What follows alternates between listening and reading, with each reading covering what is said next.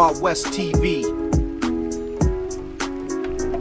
Zanzibar uko tayari kabisa kupokea kipute hiki ambacho kinaenda kufanyika siku ya Jumapili ya tarehe 20 ya mwezi huu mwaka 2025. Zimesalia siku tu kufikia siku kubwa kabisa hii ya kinchi, tunaweza tukasema hivyo, kwa sababu ndio timu pekee ambayo inashiriki mashindano ya kimataifa kabisa. Na wekundu wa Msimbazi Simba wako kule mapema kabisa, na tumezungumza na mjumbe wa kamati ya utendaji ya klabu ya Simba Dr. Seif Muba kuweza kusikia umeamkaje leo, lakini pia maandalizi yanakwendaje na wao kwenda mapema kumewapa faida gani wekundu wa Msimbazi Simba wako Zanzibar.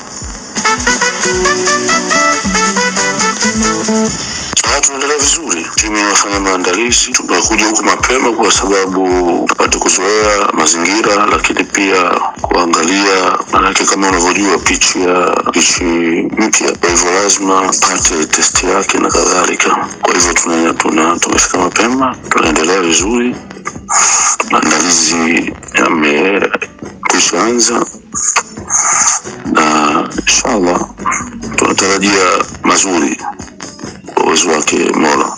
Wapinzani wenu wametua na moja kwa moja watakuwa na safiri kuja huko Zanzibar kwa ajili ya mchezo wa Jumapili. Mashabiki wa Simba wanakusikiliza mjumbe.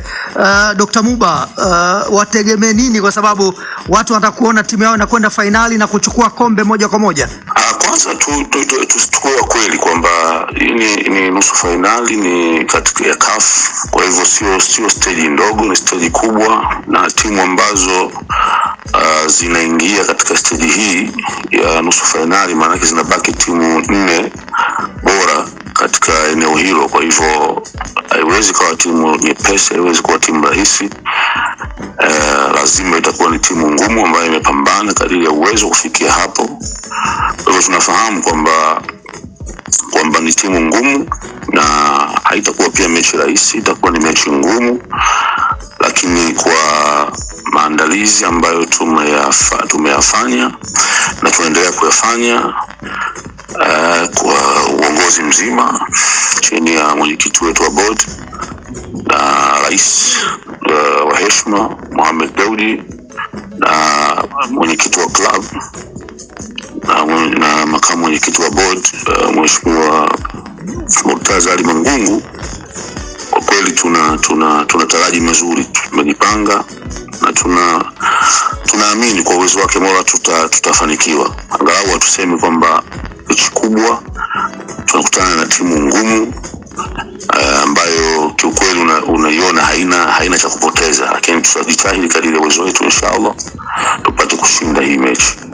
Hai, asante sana Dr. Muba, tumekusikia vizuri kabisa na hayo yote ambayo umeyazungumza kuelekea katika mechi hii ngumu sana. Kiungo mkongwe kwa mwanamichezo ambaye anakusikiliza kwa hivi sasa, unaweza kaeleza kiufundi hasa kwa namna ambavyo umewatazama Simba kwenye mechi zilizopita, kwa maana ya 2 ambazo alicheza na Al Masry. Anaingiaje kwenye mechi hii ili aweze kufanikiwa, kwa sababu unaweza kusema hawa Stellenbosch ni wepesi, lakini hii ni hatua ngumu ya nusu finali.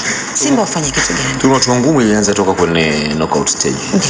Always knockout stage is different na game ambazo ziko kama marathon. Na maana game, unajua game ya ligi unakwenda, unajua mimi kiharibu Inter inayofuata nitafanya vizuri. This game ziko tofauti sana. Though mpira wa Afrika ya Kusini always unakuwa una swags. Nikisema swags, always kuna swags. Unajua unaweza kufungwa na una entertain. Unafungwa na kuentertain. Nimeona timu 2 kubwa za South Africa kwenye mashindano ambazo ziko kwenye stage hii kubwa kwenye top 4. Sundowns, Orlando Pirates na hawa Stellenbosch. Tumezoea kuona swags za Mamelodi Sundowns. Season hii nimeona swags katika ligi ya PSL za Orlando Pirates, lakini sijaona swags katika mechi 2 za quarter finals za Sundowns na mechi ya Orlando Pirates, lakini nimeona swags katika mechi ya Stellenbosch na Zamalek. Kuna neno kalisema Muba. Ama sio ni Muba, sio ni wewe. Unaona kama ni timu ambayo haina cha kupoteza. Is it Muba? Muba. Muba amesema Ni timu unakutana na timu ambayo inaonekana haina cha kupoteza. It's true kwa sababu wanacheza football yao tu. Wameamua kucheza football yao. Kwa nini amesema hivyo? Ukiangalia game ya Stellenbosch na Zamalek iliyochezwa Cairo, ndio utajua jamaa wana cha kupoteza. Walikuwa wanacheza kama wako mazoezini, wanacheza kama wako kwao. Hii ni style of play ya South Africa. So Simba kama Simba au timu ya aina ya Simba, unapokutana na timu ya namna hii, I say hii kwanza ni kutambua hii ni knockout, haina urembo. Chuko unaelewa? Nakuelewa. You supposed kwenda kwenye tactical zaidi. Kama kutakuwa kuna style, kuna counter attacks, kuna sijui nini, ukiacha tactical situation ambayo ndio uko nayo, pia ni discipline. Kwa kama huna discipline utaadhibiwa. So supposed to have discipline, lakini mwisho wa siku kama ni kupress, iwe high, iwe kwenye mid, iwe chini zaidi, ni wewe mwenyewe. Lakini unacheza katika uwanja nyumbani. Watu wengi wanasema mara nyingi wanasema kucheza katika uwanja nyumbani, yani you have got nothing to lose, ni lazima usogee wapi? Upush mbele, sio? Lakini lazima uwe na busara. Zamalek baada ya kucheza away na Stellenbosch na matokeo waliyopata, walihisi hatuna kikusasito wa bingwa watetezi. Kilichotokea kilikuwa ni tofauti katika uwanja nyumbani. So discipline na tactical situation ni vitu viwili. Yani nikiwa na maana Kiswahili kizuri, nidhamu na mbinu ya mchezo ndizo zinaweza zikawavusha. Mkalaboko, ukiwatazama Stellenbosch kwa sababu safari ya Yanga mpaka kuja kufika finali kwenye kombe la shirikisho, nusu finali walitoa Marumo Gallants. Tena wakiwapiga nyumbani na ugenini nakumbuka. Inaweza kama ndo safari hii ya Simba kwa Stellenbosch, kwa sababu sioni wa utofauti wa Marumo ya wakati ule na Stellenbosch ya sasa. Hapana, utofauti upo. Stellenbosch wako nafasi ya 3. Marumo wakati wote tunazungumza iko sio timu ambayo iko kwenye nafasi ya juu kwenye ligi ya South Africa. Lakini ninachokihofia kwa Stellenbosch, wanacheza survival football kama wananyata. Ujui wanakuja saa ngapi. Hiyo ndio inaonitia wasiwasi. Simba wako na ubora mzuri sana kutengeneza flow na kila kitu.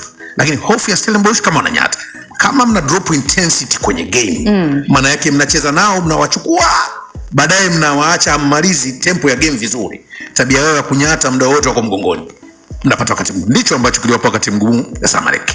Walichukua flow ya game, lakini nyakati mnazopichana kwenye transition sio watu ambao wana utani. Yuko bwana mdogo Nduli ana kasi sana, na pia wana wachezaji wenye kasi na ubunifu. Hili ndio eneo ambalo nina hofu nalo. Kasi na ubunifu, maana yake wachezaji ambao wamechanganya ufundi, kasi, mbinu. Kitu ambacho unapokuwa umecheza nao kwenye flow yako, hakikisha umemaliza unachokifanya. Na ukimaliza unachokifanya, zuia unachotaka kukifanya. Sasa hii tabia yao ya survival football ya coach Steve Barker ndio inawapa ugumu pale South Africa timu nyingi. Ukiondoa Swags, lakini hao wanacheza survival football. Hujui watafanya nini muda gani. Na ndio maana tukaona kama wanacheza hawana cha kupoteza. Na ndicho ambacho kinanitia wasiwasi. Lakini hiyo intensity ya Simba ya kudrop intensity, kama watarekebisha hilo tatizo la kucontrol tempo ya game, itakuwa nzuri mingi sana. Na kwa mfano michezo kama ile ambao wamecheza wa CRDB ambao watu wengi walifikiria Simba labda wanaweza wakafunga goli nyingi sana baada ya kupata zile 3, lakini kama kasi ilipungua. Sasa kuna wakati mwalimu akiwa kwa mfano anacheza mchezo kama alafu mbele ana mchezo kama huu na Stellenbosch, anapenda sana kuambia wachezaji wake waepuke sana migongano ambayo haina ulazima.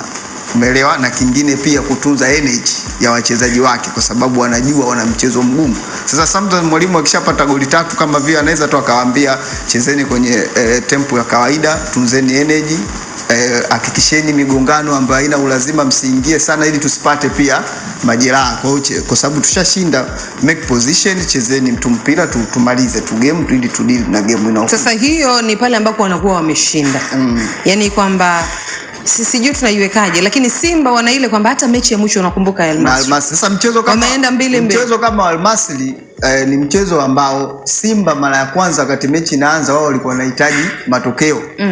Wakaanza na kasi ambayo iliwafanya Stellenbosch wao walirudi nyuma wakiwa wanalinda kile kile walichokuwa nacho.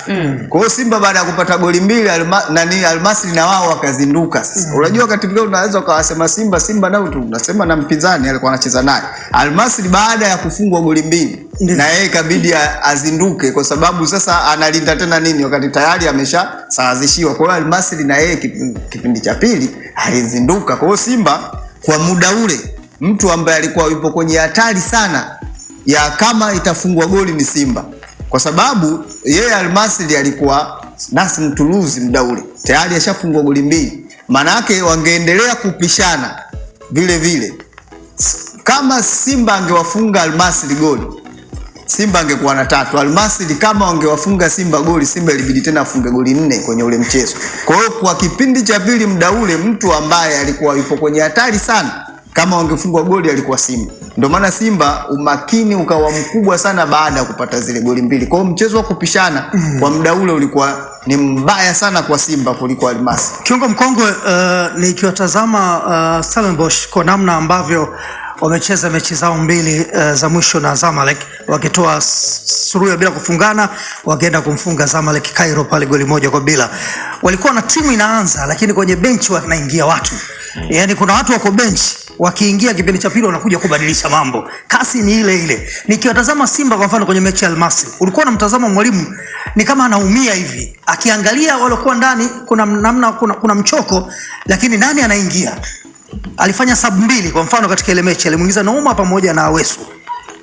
Lakini ukiwaangalia wakina Kibu, kuna wakati ukimwangalia Mpanzu, kuna wakati unaona wamechoka, lakini una watu namna katika benchi kuongeza nguvu kama kuna kosekana katika timu ya Simba. Unajua bahati nzuri unakuja huko.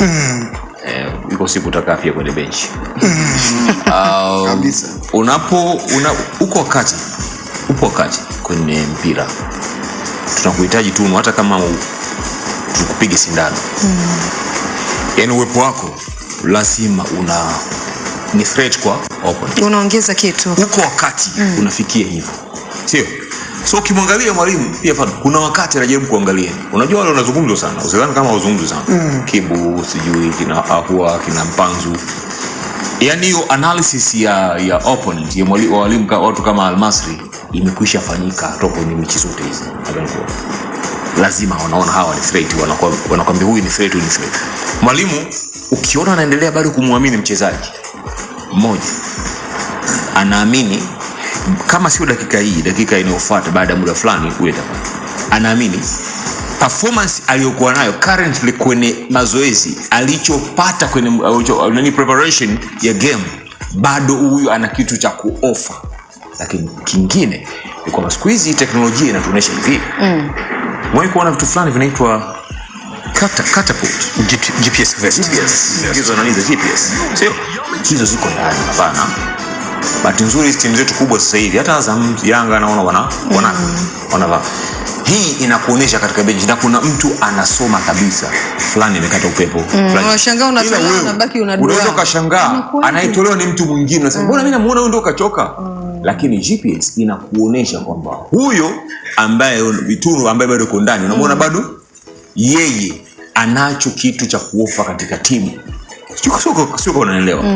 Kwa hiyo sasa hivi teknolojia iko kubwa. Kwa hiyo ni kutoa hofu kwamba sometimes, ndio maana wanasema kuna kitu kimoja kwamba spectators sisi tunaweza kuwa tunajua mpira kuliko mwalimu pale kwenye benchi. Unajua kwa sababu gani? Kwa nini wasifanye vile? Huyu singepiga pale, huyu singeka hivi. Yaani unaanza kuzungumza wewe kama it's easier. Sio? Lakini situation haimpi nafasi ya kufanya kama ambavyo unataka kufanya wewe ambaye unaona. Kwa hiyo wewe utakuwa unajua zaidi kwa sababu unatazama ile mchezo. So mimi nasema kwamba bado hata mwalimu kwenye hilo usidhani kama kuna nafasi ya kuwa na mashaka kwa sababu tayari wao wanajua kuna kitu ambacho kinapima ile uwezo kama kuendelea ama kutokuendelea. Sawa, Zuberi, kwa kumalizia tu dakika moja hii ambayo imesalia. Kwa Mkapa hatoki mtu. Ndio kitu ambacho tumezoea kukizungumza mara zote Simba anapokuwa kimataifa na hata timu nyingine. Sasa hivi ni amani. Unasemaje kwenye hilo? Kuna mabadiliko makubwa? Simba hawana mabadiliko makubwa kwenye kupata ushindi, ila wabadilishe uwiano wa kasi ya mchezo na mapambano. Wanasema ku maintain pace and power. Hilo ndio tatizo lao, kwa sababu hawa Stellenbosch wao wananyatia muda wote. Kwenye madhaifu yako ndio wanatafuta ubora wao. Ndicho ambacho wamewapa kazi Zamalek. Na eneo Simba ambalo watapata uwanja kama uwanja. Uwanja na jambo lingine, ubora wa kiwanjani kitu kingine. Uwanja hapa na shaka, kule sina shaka napo. Ila nizungumzia hofu yangu ni hilo. Kufungwa na Simba Stellenbosch sio tatizo. Tatizo ni kuifanya mechi iwe na faida kwa Simba, ndio naopata wasiwasi. Lakini naamini Stellenbosch wanayo kazi ya kufanya mbele ya Simba. Okay, sawa. Amani, nadhani wa Zanzibari watakapata kitu kikubwa sana. Mwalimu anayefundisha kumbe ni mpwa wa Clive Becker, mwalimu wa zamani wa mwalimu ambaye anayefundisha Stellenbosch. Becker, mwalimu ambaye ni mpwa wa Clive Becker. Mwalimu ambaye mpaka leo anakumbukwa kwa kuipa AFCON Bafana. Bwana, hayawi na sasa yamekuwa mchezo uliokuwa ukisubiriwa kwa hamu sana na wapenzi, mashabiki na wadau wa soka nchini Tanzania, Afrika Mashariki, bila kusahau Afrika nzima, kutokana na ukubwa wa mchezo huo. Ni Simba Sports akiwa nyumbani katika uwanja wa Amani Zanzibar dhidi ya Stellenbosch kutoka pale nchini Afrika Kusini. Hii ni nusu fainali ya kwanza ya kombe la shirikisho barani Afrika, na utajiuliza kwa nini Simba Sports safari hii anatumia uwanja wa Amani Zanzibar. Hii ni kwa sababu tu uwanja wa Benjamin Mkapa uliharibika sana, hasa katika eneo la kuchezea, yani pichi, katika mchezo wa Simba dhidi ya National Al Masry kutoka pale nchini Misri, ambapo katika mchezo huo ulikuwa ni mchezo wa robo final na Simba Sports akaweza kufanya comeback ya kurudisha goli 2 alizofungwa kule nchini Misri. Baadaye akaja akashinda kwa mikwaju ya penalti 4-1. Hivyo basi Simba akajikatia tiketi, lakini uwanja wa Mkapa ukawa umeharibika na kupelekea sasa Simba kuchagua uwanja mwingine, uwanja wa Amani Zanzibar, ili waweze kucheza mchezo wao wa nusu finali ya kwanza. Ikiwa Simba Sports uwanja huo usingeharibika, basi mambo yangeendelea kuwa pale pale katika dimba la Mkapa, yani kwa Mkapa hatoki mtu. Na kuelekea sasa mchezo huu Simba Sports, kuna baadhi ya nyota ambao ni hatari, nyota wa kuchungwa kwa Simba Sports, ambao Stellenbosch inabidi wawazuie kwa namna moja au nyingine. Na baadhi ya nyota hao ni kama Musa Pimpin Kamara katika eneo la golikipa, akiwa na clean sheet 4 mpaka sasa, lakini pia akiwa amesha save penalti takriban 3 katika michuano hii tangia ianze. Alisave mkwaju wa penalti dhidi ya timu kutoka pale nchini Angola ambayo alicheza na Simba Sports, lakini pia akasave mkwaju miwili ya penalti ambapo Simba Sports alikuwa akicheza katika hatua changamoto ya mkwaju wa penalti dhidi ya Al Masry. Kwa hiyo katika eneo la golikipa, Pimpin Kamara ataendelea kuwa threat kwa klabu ya Stellenbosch, lakini pia katika upande wa ushambuliaji Elie Kibisawala Mpanzo ataendelea kuwa threat, bila kumsahau Kibu Dennis Prosper. Na kuelekea sasa mchezo huo, tuandikie maoni yako katika sehemu ya comment. Unafikiri Simba Sports anafuzu au ataendelea